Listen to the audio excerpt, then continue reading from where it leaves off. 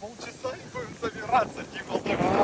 Радый какой. Какой Дима радый сейчас. Димон именно пеленгаса тянет. Ты слазь, Андрюх. Подожди, у него еще 60 метров ебать. Слышь?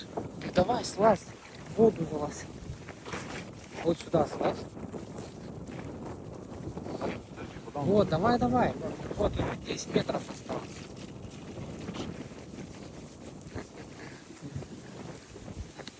Это цапля, Дима. Слышь? Идем, Дим. Прикинь. Вот, давай вот сюда. Это вся длина палки идет? Да. Поднимай, Димон. Поднимай, Дим. Стой. Димон.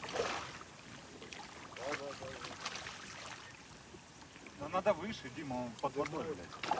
Да видишь, что не дает. Это вверх просто. Слышь?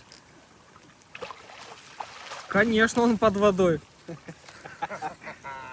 Ой, кабанчик хороший какой. Ой-ой-ой-ой-ой.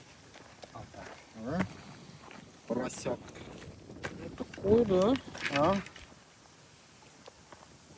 Трешечка.